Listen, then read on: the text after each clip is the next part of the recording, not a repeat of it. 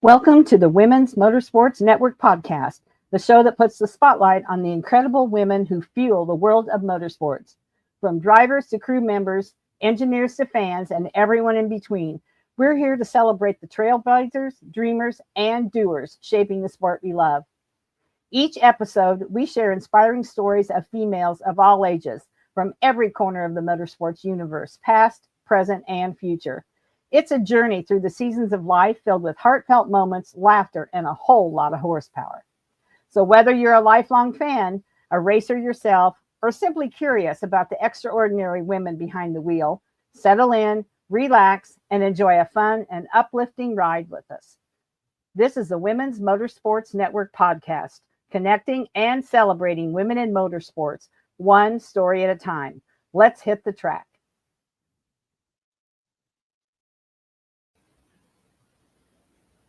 Hello, everyone. This is Melinda Russell with the Women's Motorsports Network podcast. And my guest today is Stacie Rivers. So, Stacie, I want to first welcome you to the show. And would you share a little bit about yourself? Yes, I live in just south of Fort Worth, Texas, and my husband and I run a restoration business together. And then we spend our free time doing as much racing and burnouts and drifting and all the things as we can. So I'm a proud dog mom, and that's about the extent of my life. And what kind of dogs do you have? I have a little teacup long-haired Chihuahua who's the love of my life. And then I also have two shepherds, rescue shepherds, and then I have a cat dog. What's a cat dog? He thinks he's a dog. He's a cat. Your cat thinks he's a dog. Well, because his siblings are dogs. Absolutely. Yeah. So when we load up to go to races and stuff, we bring everybody with us, including the cat. And do they all get along? The dogs everybody. Like the cat? Oh yes. That's great. Oh yes. My black German Shepherd and the cat are like best friends. They wrestle, and it's really cute. Funny. Is it a big cat? No, he's only about 10 pounds. Okay. All right. He's somewhere. That's interesting. And that's so fun to hear, because a lot of times cats and dogs don't get along. I hear those stories too. And so that's great. And you pack them up, and do you have a motorhome, or how do you travel? We just have a truck, a dually, and a big trailer. So everyone fits inside the truck, and we Airbnb and. Yeah. Nice. Yeah. I love to travel. Yeah. I do too. It's a lot to travel with everything, but it's all just part of an adventure, right? Yeah. And after you do it a few times, you kind of get into a routine, and you know how it's going to work. And so then it's not quite as bad as when you first start and you forget this, or you don't know how to do that. And, we have a little Shih Tzu dog. And so we try to take him with us, and we went to Florida for 10 days, and he went along, and there were hours on end. You wouldn't even know he was in the back seat, because he was in the back seat in his little bed, and, kind of hooked in. So he wouldn't go flying if something happened. And for hours, you wouldn't even know he was in the car. He was so good. So I love traveling with him. Yeah. He's our baby too. So for sure. Yeah. So Stacie, tell me, how did you get involved in motorsports, and tell me your story. Okay.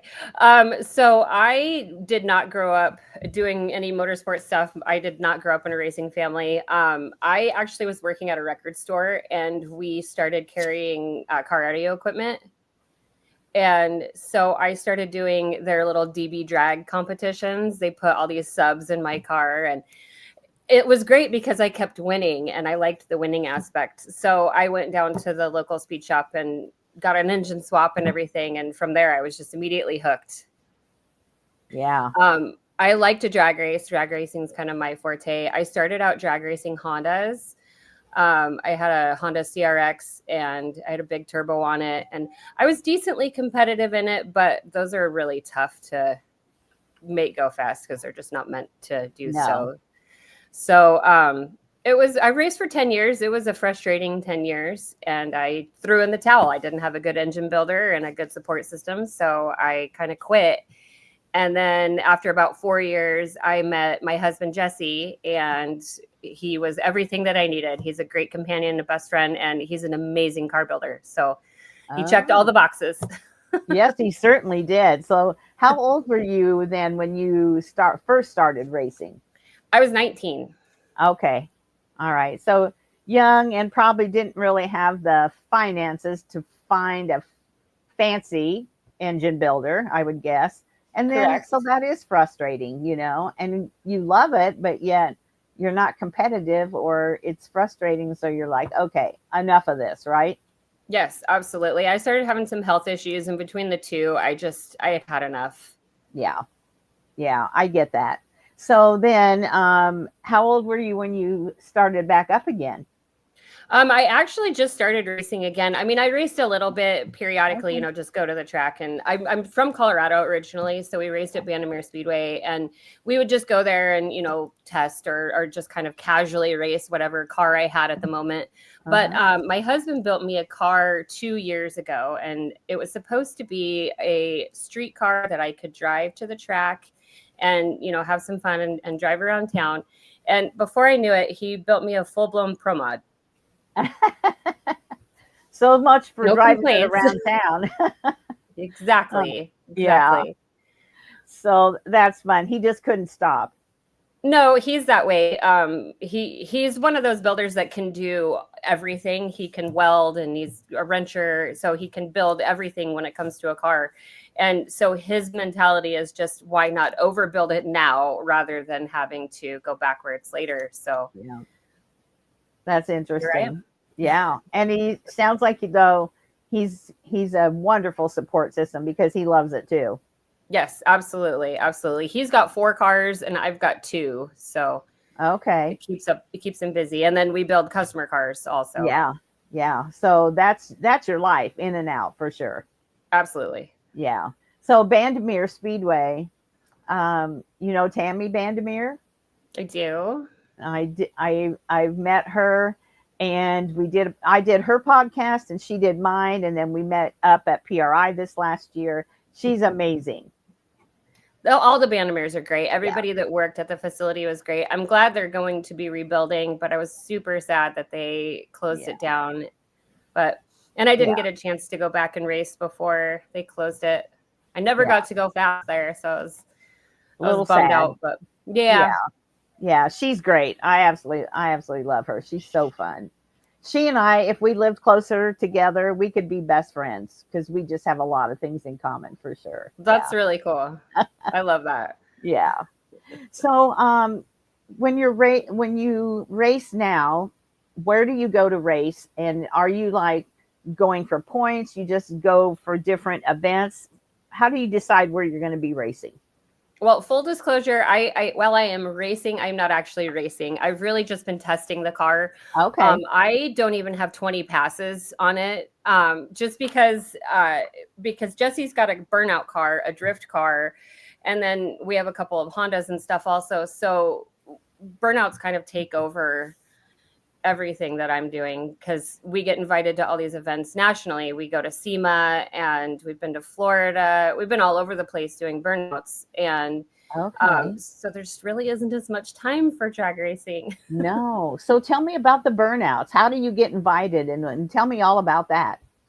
Okay. So it's kind of really taken a lot of popularity here recently. It's something he's always done. He actually got kicked out of his senior year in high school for doing a burnout in the the auto shop.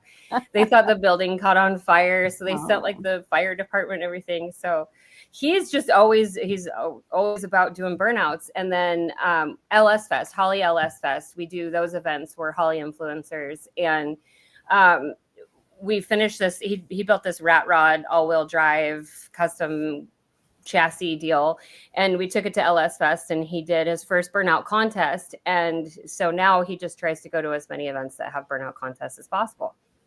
My husband loves rat rods. In fact, and I don't know if the magazine is still in publication because we don't get it anymore, but there was a magazine called Rat Rod Magazine. We're supposed to be getting into that. I'm not sure. I think they've had some hangups with production or something, but yeah, I think so because we haven't gotten one for a while. But my husband loves rat rods, so maybe he'll see it in there here soon. Yeah. We're gonna have it totally rebuilt by the time it ever gets in there, but yeah, that's fun. And then I heard you say something about drifting. So do you guys do that as well? So yes, he loves drifting. We had a drift car a few years ago that he ended up selling, but he's rebuilding the Rat Rod right now to transform more from just a burnout car to a drift car. He's got it mocked up on a C6 drivetrain, a C6 Corvette. So he bought like the rear end, the front end, the transmission, and the tube, and all of that. And so he's going to fabricate himself a chassis so that he can get the angle.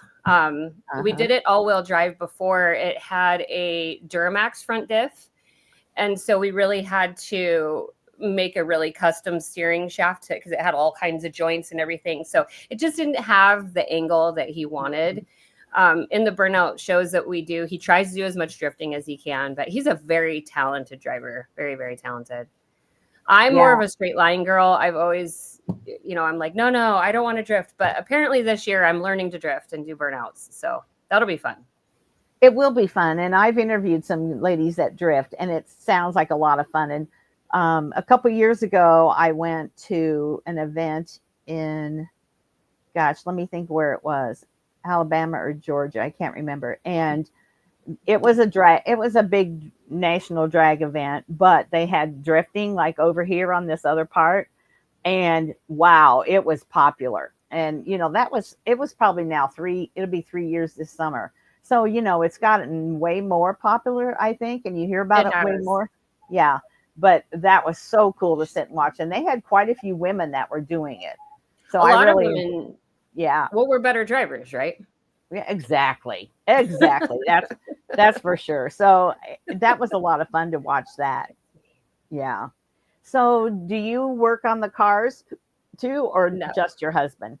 No, just my husband and my brother-in-law. He works here with us. Okay. We have a 8-acre property, and we've got a shop on our property and then 2 houses. So he lives in one, we live in the other, and our dogs get to just run around. And nice. They love that. Plenty of room to.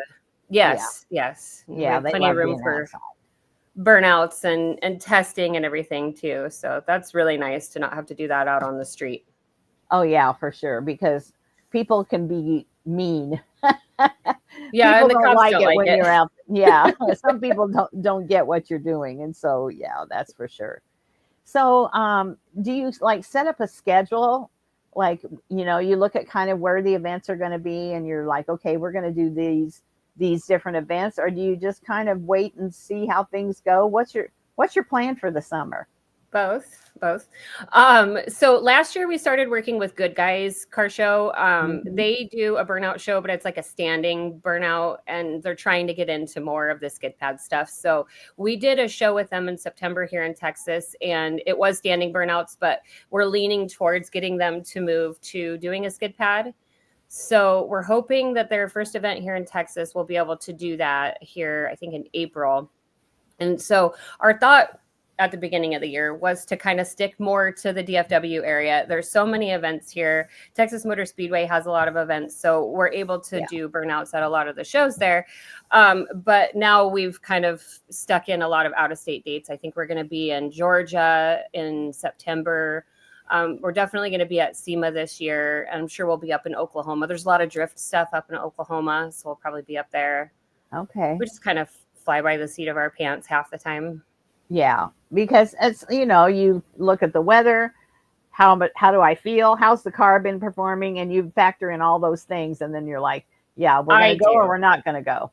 My husband does not. He was hell or high water. He's going to be there. He'll stay up till 3 a.m. and then get up at 7 o'clock to be at the event. Oh yeah. And working on the car, finishing the car or whatever, but he's trying to get better about that. Yeah, that can be tiring after a while. And he's still young, but as he gets older, that's not going to work very well. I'm just giving you a heads up. He's realizing that. He's starting to get a little older. He was actually in a car accident last month, and so that's kind of really slowed him down and put things into perspective for him. Yeah. I say that, but he worked till 1 o'clock last night. Okay, yeah. Well, it's his passion, isn't it? It is. His brain can't shut off. He's just he's very.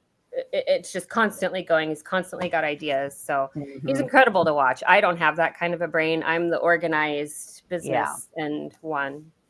Yeah. But that's what makes it work. It does make it work because you complement each other for sure.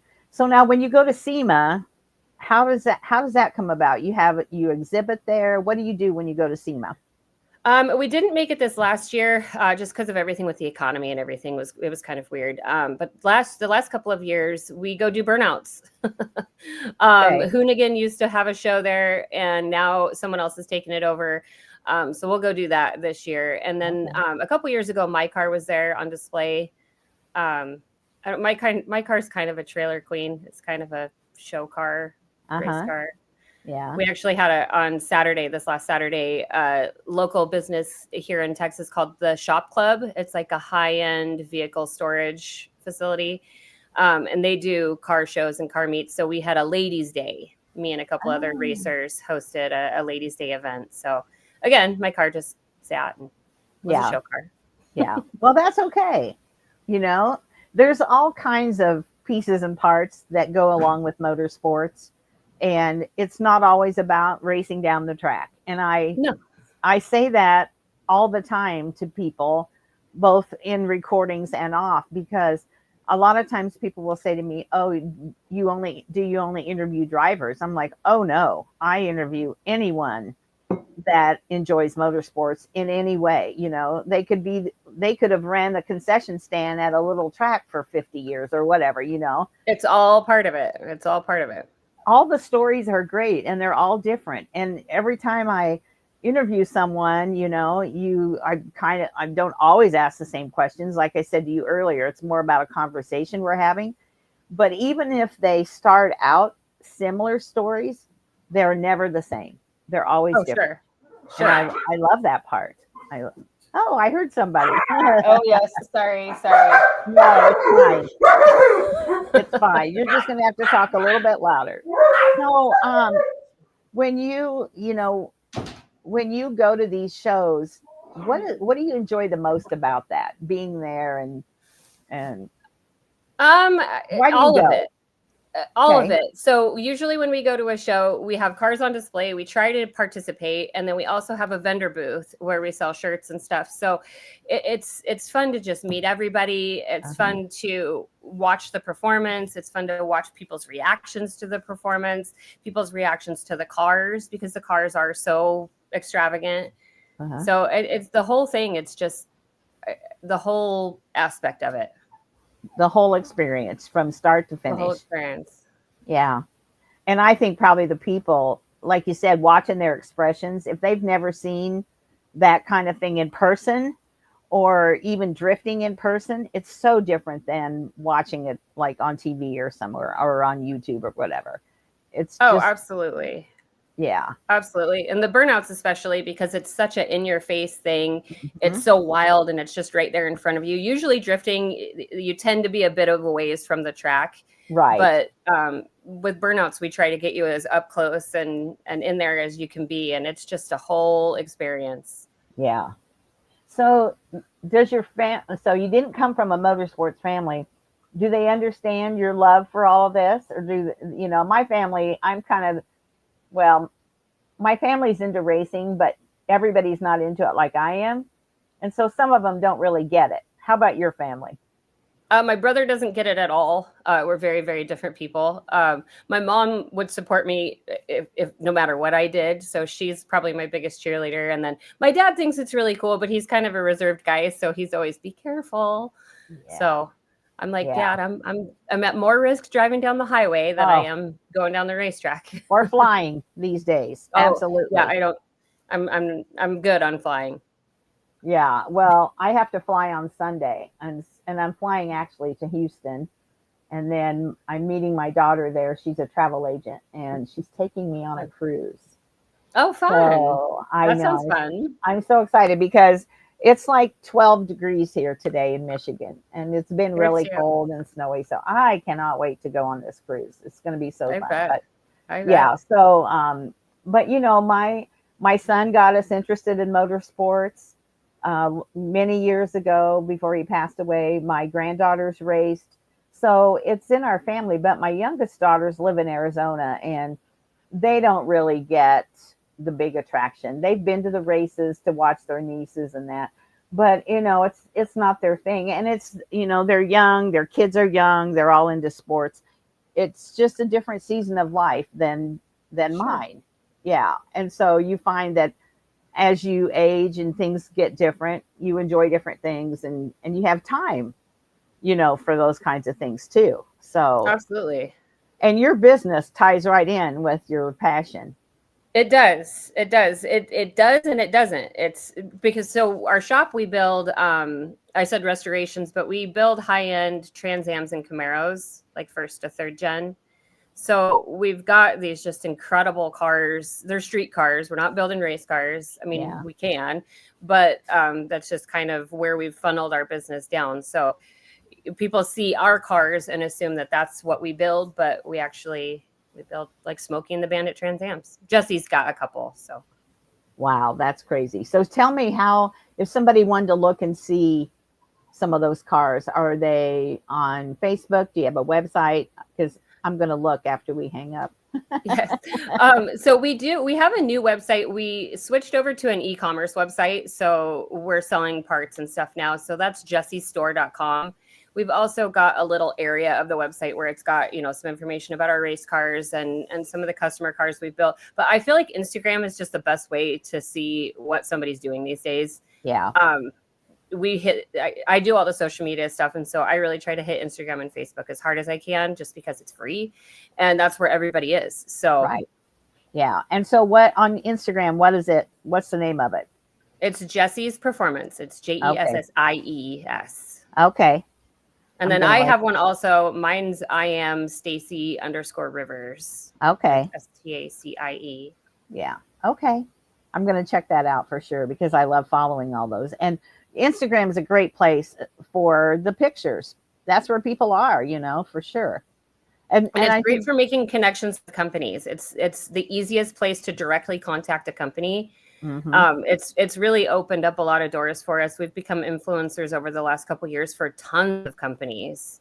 Influencers and partnerships. We call them partnerships instead of sponsorships, because we are giving back as well as they're giving. So, right. If you're looking to buy, sell, or trade the stuff that strokes your engine, anything from truck parts to classic and muscle cars, RVs to hot rods, and everything in between, then check out our official classifieds at racingjunk.com. Racingjunk.com is the world's #1 online racing and performance marketplace, the ultimate one-stop shop where you'll find what you need to rock your ride. If it belongs in your garage, it's for sale on racingjunk.com. Log on to racingjunk.com to find the gear you're looking for, sell your extra stuff, keep up on racing news and tech tips, and more. Again, that's racingjunk.com. Do you want to share some of those, who those are? Give them a little shout out. We work, I should get a list out. We work with Holly Performance, Vibrant Performance, Comp Turbo. We work with Greasy Hands Society, the Shop Club Dallas, XK Glow, Way Safe. I know I'm forgetting some here. I put you on the spot, sorry. K&N, Liquimolly. There's just tons of them. So since we've got all 6 of these cars, we can kind of cover a lot of demographic. So Jesse's got a 79 Trans Am that's a street car. It's a twin turbo, like 2,000 horsepower, Smokey and the Bandit car. It's the most famous second gen Trans Am in the world. And then he's got another Trans Am that he does burnouts in. It's a big blower, like Mad Max, ratty looking deal. And then he's got the Rat Rod. And then he's got a JDM Integra Type R. And when he got that car, I said I had to have one too. So I got a Civic Type R that we're in the process of getting ready to turbo. And then I've got my race car, my Transmero. So we kind of hit all kinds of different areas. Absolutely. Yeah. Well, plus people get 2 for 1 with us. So they get the girl aspect plus Jesse and his knowledge. And women would feel, and typically women feel way more comfortable talking to a woman or asking her questions than to a man, because they don't want to be made to feel stupid, basically. Absolutely. And so, seeing you at the shows and knowing they can reach out to you makes it way more comfortable for them to be like, oh, that's really cool. How would I go about getting this or that? And so they could talk to you, Stacie, instead of your husband. Yes, absolutely. And then vice versa. Men don't like to talk to women as much about cars. So they'll go ahead and just talk to Jesse about my car. Yeah, for sure. That's fine. So I'm where do used to you, that. yeah. So is this something that you feel like long term you guys are going to stay with? Because it sounds like this is your passion and your life's work. Yeah, I can't imagine ever quitting, honestly. His 79 Trans Am he's had since he was in high school, as well as my Transmero he drove in high school. So neither of those cars, we could never get rid of either of those cars. Right. And I think he'll be building cars until he can't anymore. Mm-hmm. So I can imagine that, we'll be doing this well into our old age. Yeah. Yeah, Hopefully. For sure. I don't know what else we'll do. Well, and it's, there's a lot of things. If he can't actually build the car, he can still be the idea guy, and somebody else can do the hard work, the labor, or whatever. And, you see, for instance, look at Roger Penske. He's 90 years old or close to it, if not. And he goes to work every day. But is he doing the heavy lifting? No, he's not. And so, that's the ideal thing for you as a business owner, is that you never have to give up that passion, and you'll be able to travel more, and the burnouts, I can see that lasting for a long time. Yeah, it's really gained in popularity. It's gotten really big. Some friends of ours here in town, they also are big into it, and they've started their own. So we deemed our little burnout show Freedom Skids when we bring our show to like the Good Guys show. Theirs is called Burnout Wars, and they're big truck people. So they go to a lot of truck shows, and they're going to be doing the LS Fests this year. Okay. And so we kind of partner with them and go to stuff that they do. And yeah, and there's plenty of burnouts to be had. And being able to go to shows where they're at and they come where you are just doubles the people that actually get to see you. Exactly. That's kind of the idea in all of these shows, bringing in burnout shows. We have one next month, Race Wars. It's March 30th here at Texas Motorplex. And they can't do a skid pad there, so they're going to do a burnout show, burning out down the track. Okay. Which is always interesting because it's not as easy as you think. Yeah. That is interesting. I was just watching the NASCAR races over the weekend, and I'm trying to remember who it was. I think it was his last name's Butterbean, but I think he had won his first race like in that series. And he was so funny on the interview because he's like, I haven't done a burnout. I'm going to try my first one, And I was thinking, wow, I can't believe he'd never done one, but it's right.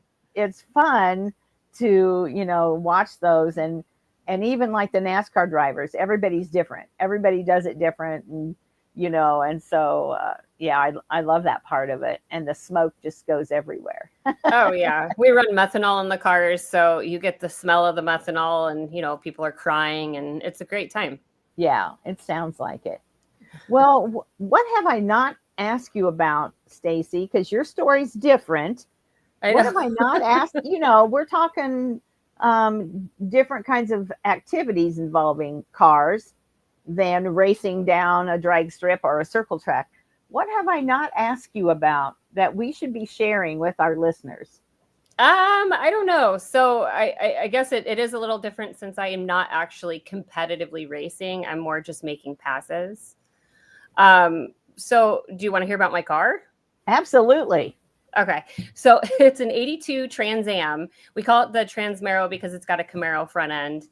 Okay. The backstory in that is Jesse's dad had the car for a while, and the old hot rodders were all about weight conservation, and the Trans Ams had pop-up headlights. So he put the Camaro front end conversion on the car so that it wouldn't have the pop-up headlights and it wouldn't have the weight. So he's since passed, and so we had to keep it the Transmero. We got a one-piece Camaro front end to put on the car. That way we can keep it the Transmero. But I feel honored to be able to drive the car because it's a family car. It's kind of a family member to them. They almost look at it as one of their siblings. So, but Jesse made it a full tube chassis. The body actually comes off of the whole chassis and everything. It's got a LSX 427, 106 millimeter comp turbo, power glide. And then It runs on Holly. It's got, everything. It's got fire suppression and CO2 shifter and all that stuff. So it makes 2,000 horsepower. It's tuned for about 2,000 horsepower on about 30 pounds of boost. I have run it on, I think, like 7 pounds of boost. My fastest so far in the 8th is 5.8. But I should be able to get well into the 4s once I'm going full power.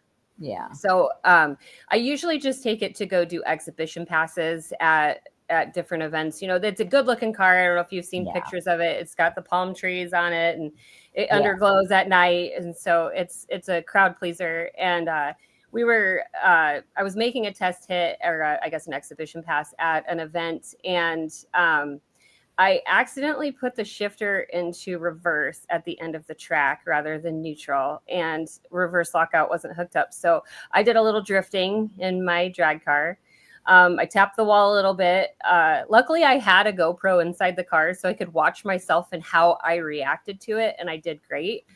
But it did shake me up a bit. It was only like my 6th pass in the car. And I come from front wheel drive. And so racing rear wheel drive is a whole different deal. Yes. And front wheel drive cars don't come around on you. They stay pretty stable. So that kind of put me back a little bit. I got back into the car early the following year and made, I think, maybe 10 test passes this last year. The problem is, like, we get testing and then all this other stuff comes up. So then it's kind of like starting over again when we go back, because Jesse's like, let's turn it up. And I'm like, no, I need to get back in and remember how to do this, because there's just so much to it. But we're going to go test here in a couple of weeks, and then I'm going to make some exhibition passes at Race Wars on the 30th. What was your biggest challenge when you first started, first time you were in the car? What's been the biggest challenge to feel comfortable doing in the that? Transmero? Yeah. All of it. All of it. All of it. Yes. It's very intimidating. I have some friends that race GTRs, and, they're fast. They run 7-second quarter miles, but they're full body cars. They have full interior, and it's just a whole different animal being in something where your transmission's next to your leg. And the thought goes through my head every time I'm in it that my husband built this with his own 2 hands, and there's a lot of trust there. Right. And it's, I don't know, it's just intimidating, I guess. But then I remember that, I mean, it's pretty much a point and shoot kind of situation. The car is very easy to drive. It has every sensor and electronic you could put on a drag car. So it doesn't get squirrely. It just goes straight. It doesn't wheelie or anything. So I like that about that. Yeah, that would make you feel comfortable. And like you said, the fact that your husband had his hands on it, and when he did that, he knew you were going to be in it. That's a level of trust that a lot of people don't get, because they don't know who built the car necessarily, or what all has been done or not done to it, and different things. Or what their abilities are. Right. And so, he's very able to build anything, and that it's going to be high quality. And so that gives you a little bit of comfort, at least, for sure. Absolutely. Plus Simpson's another one of my partners. They've got me all hooked up with, I've got a custom race suit that matches the car, and seat belts and parachutes and all that stuff. And parachutes are new to me. I'm just starting to learn to pull those. So, and I'm never going to actually probably race the car. I don't know that I'll ever competitively run it. It's more just, I never got to actually go fast in my Honda. I had so many limitations. And I barely knocked on the door of a 10-second quarter mile in the Honda back in the day. And I did really well in it. I won a lot of trophies. I actually won a Wally in it back in 2005. But it was extremely frustrating to me, because it was just such a difficult process. And so I given that I'm a much older woman now, I have a little more sense to me. So I'm fine just making passes in it and bringing it to shows. Well, and if that, I'm not going to say there's no stress to it, but the stress level is way less, because you're doing it for fun. You're doing it for exposure to the people that come to those events. And that puts a level of fun into it that when you're racing, maybe it's not there. because no, it wasn't. It was so frustrating racing. I mean, obviously when you're doing well, it's a lot easier, but when you're running into all these mechanical issues and engine failures, it's not fun, and you're taking yourself to go test and you have no support system there. It's not fun. So I think that's one of the best parts of our program now is it's me and Jesse, and Kyle is Jesse's brother. And it's a 100% team effort. The three of us. Are you a female in motorsports? GoFastGirls.com apparel for the race enthusiast empowers women to fiercely pursue their dreams in action in motorsports, instilling them with confidence and unwavering determination. A Go Fast Girls empowers incredible speed, unwavering effort, and success. Go Fast Girls has emerged as a prominent force uniting women from all walks of life who share a passion for racing. Check us out at GoFastGirls.com today. Yeah, and it's family, and you're doing family stuff. That's the other best part of it. It is. And then when you go to enough events, there's probably people that overlap that come to the same events, or a lot of people that come and saw you somewhere else, and then you start to make friends, and you've got fans and followers, and it makes a huge difference. Yes. Yeah, so we do try to do as much stuff here in DFW, different kind of things. So we do a lot of cars and coffee, which is big in Texas. Everything's big in Texas. Yeah. So we love to do that kind of stuff just for exposure. And, we're kind of little DFW mini celebrities. So people love when we bring the cars around. I mean, we'll drag a car on a trailer to a cars and coffee for 2 hours. Yeah. So why not? Yeah, why not? And it's exposure. You've got to put yourself out there.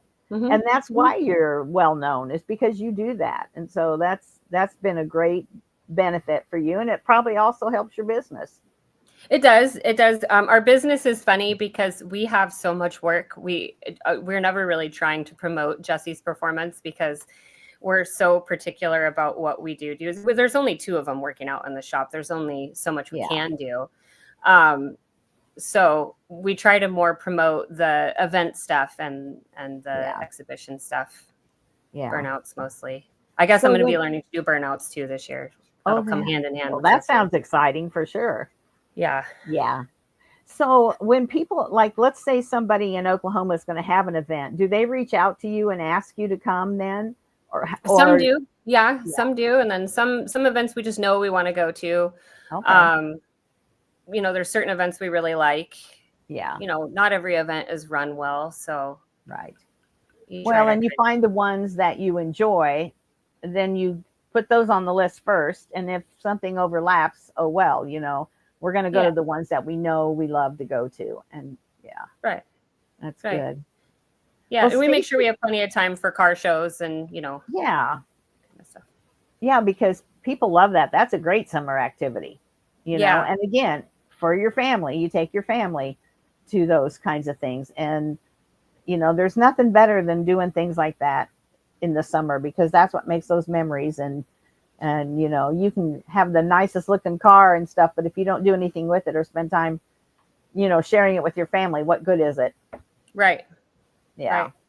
Yeah. If we spend all our time doing this, we might as well give it our all. That's exactly right. 100%. Well, Stacie, what else do I not know about you? This has been really interesting. I don't know. That's about it.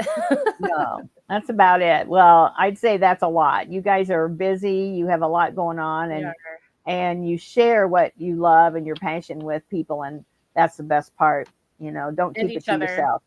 It's nice that, I don't have to, each other doesn't have to worry about the other being more into it than the other, because we both share the passion.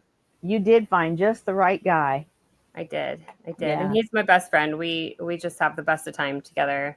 Yeah. We have to, because we work together, live together, play together.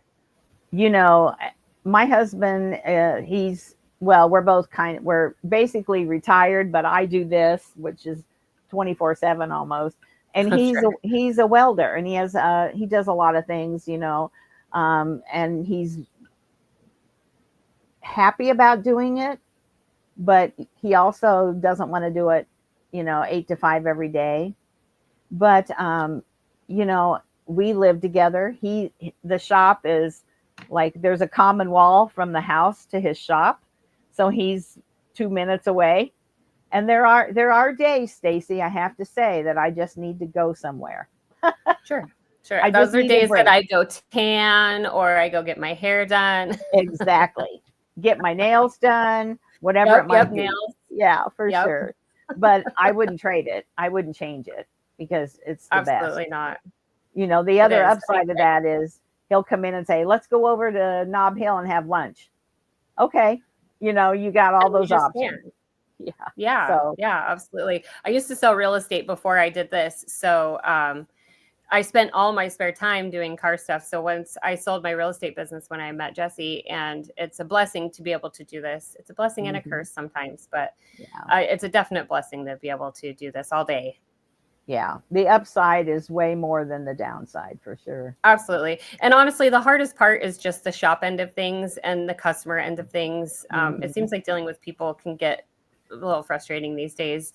So that's probably the hardest part, is running the shop and keeping all of that stuff going. But people are never appreciative anymore, it doesn't seem like, of anything you do. I just had this conversation with my IT guy yesterday, and he was telling me about a customer that thought he had stolen something off their computer. And he's like, it's a $3 part. Why? And he said, it's just crazy the way people act there. And nobody's thankful that, I dropped everything to do this for you, And so, we need to change the culture if we can, as best we can, that we need to say thank you and show gratitude to people. So yes, and not expect more than you paid for, than you budgeted.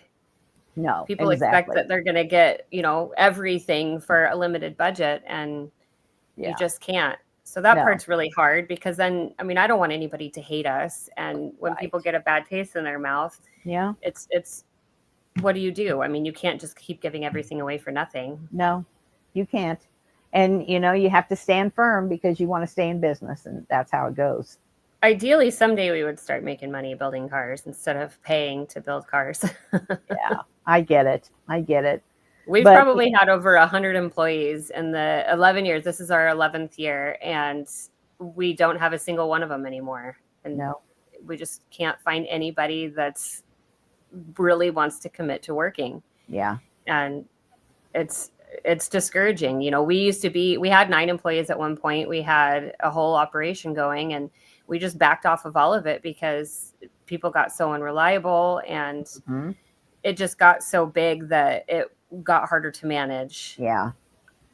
And, when people are depending on a product to be finished at a certain time with a certain amount of quality, and then your people don't show up that are supposed to be doing that, then who looks bad to the customer? You do. Yeah, and they don't care if your employee showed up or not. They just want their stuff. Yes. Yeah.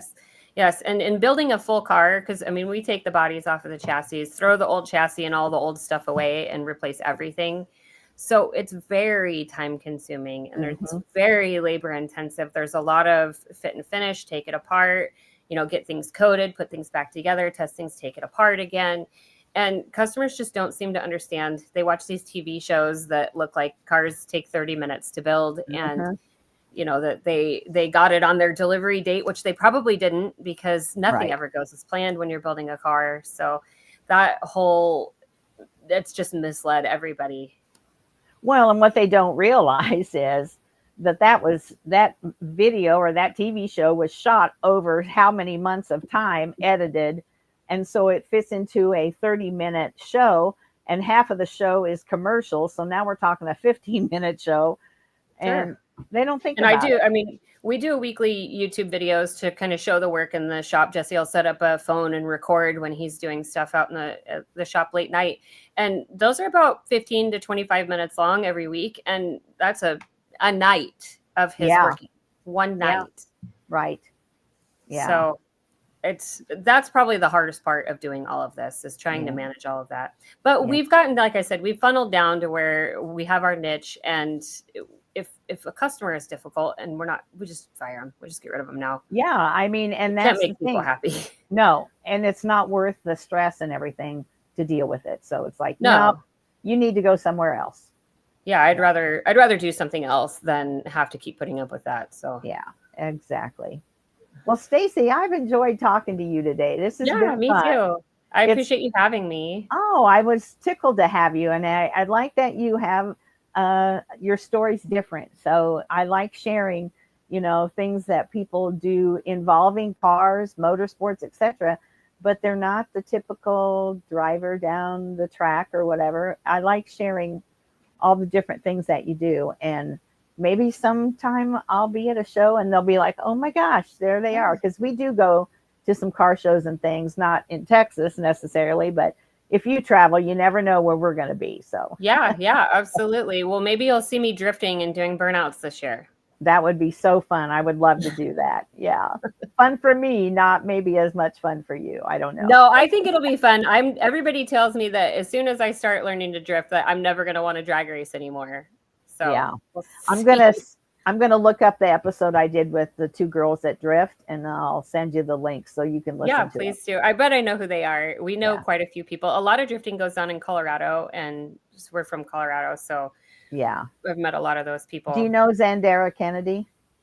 The name's familiar. Okay, that's one of them. I'll send it to you. She did a good one. So good. All right. Well, thank you, Stacie, so much. Yes, I really appreciate you being on with me today. I hope you have a great summer and enjoy all the things. So you too. And safe travels and all your traveling. Oh yes, and I can't wait to get on that boat. Yes, I know. I don't blame you. I know it's snowing here, and it never snows in Texas. We have like an inch of snow. Well, I've got about 6 inches. Yeah, but you're in Michigan. I know, and really, we haven't had that bad of a winter. It is pretty cold, but it just like snows slowly, and we get an inch or two, and then it stops, and it's been doing this for like 4 or 5 days. So oh wow, it just gets old because now yesterday the sun came out for a little bit, but when you don't see the sun for day after day, that's what gets old. It's like I'm ready up north, you guys get that. Yeah, my brother's in Chicago, and it's that way. It's just he gets the same thing. Drab. Yeah. So, but yeah, well, we get plenty of sunshine down here. If you want to, I know you do. I may have to come for a visit. Oh well, thanks, Stacie. I really appreciate it. Thank you. I appreciate it as well.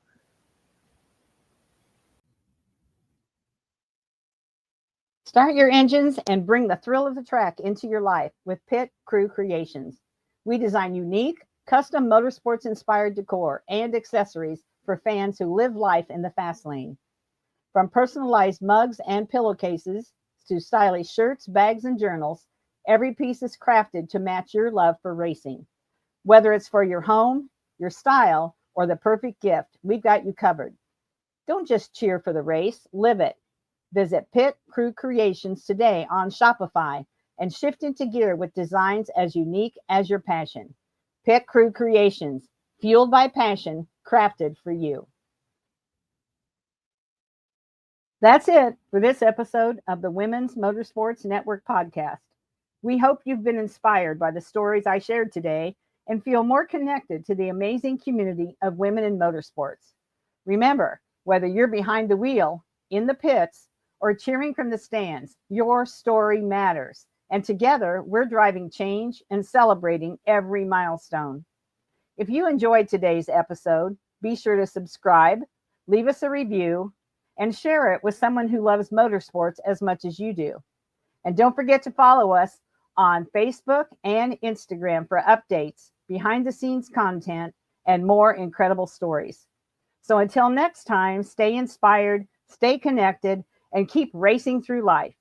This is the Women's Motorsports Network podcast, where every woman's story is worth celebrating.